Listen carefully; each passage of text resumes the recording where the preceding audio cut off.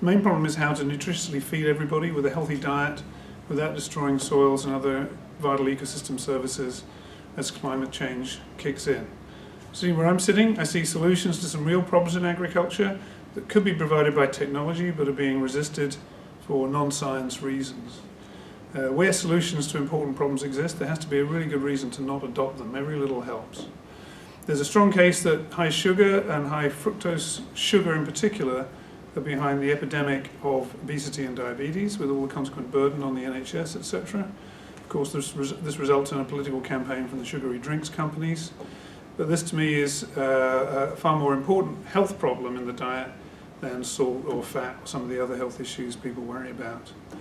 Another important problem that's not trivial to think about well is the appropriate amount of meat in the diet. What kind of meat?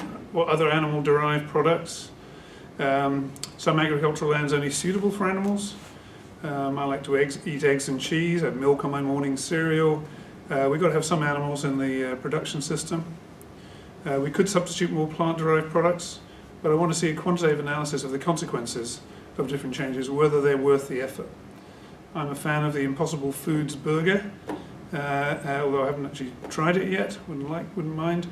Why don't we eat more soybeans directly? In part, this is because of flatulence-inducing compounds in the soybeans, but also because chefs have not come up with enough delicious ways of preparing them.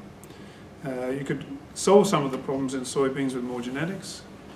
A general problem, I think, is that there's too little grasp of underlying scientific issues that are the basis of food production and assimilation in food.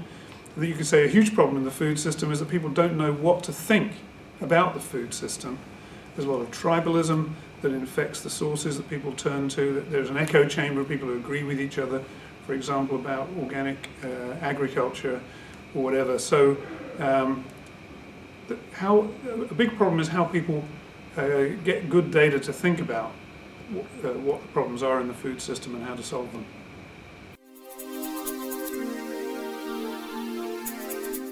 So I'm not sure how to define civil society. It usually ends up being something that NGOs are advocates about. The conventional political parties are not strong in their analyses of the food system.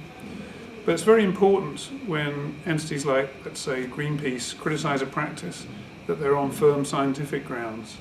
They can't be inconsistent. They can't accuse climate change skeptics of cherry-picking evidence to cast doubt on climate change, and then cherry-pick evidence to support opposition to GM crops against the absolutely overwhelming body of scientific evidence. So the things they're right about are too important for them to damage their credibility so carelessly. My plea would be that all those who purport to act on behalf of civil society ensure that their views and advocacy are based on the most robust and incontrovertible scientific knowledge.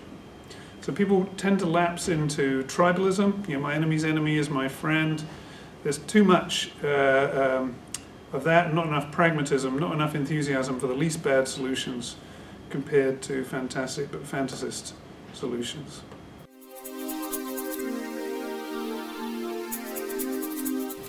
Well, academics have a particular responsibility to hold both advocates of any point of view to account. And there's, of course, been a trend of postmodernist and relativist skepticism about the extent to which there are science-based truths. And this is profoundly unhelpful. It just promotes this tribalism. So the most important responsibility of academics is to conduct rigorous, intellectually robust and data-based analysis before leaping into advocacy. And even if they are an advocate, they've always got to retain the sense that they might be wrong and be alive to the risk of misleading the public and policymakers.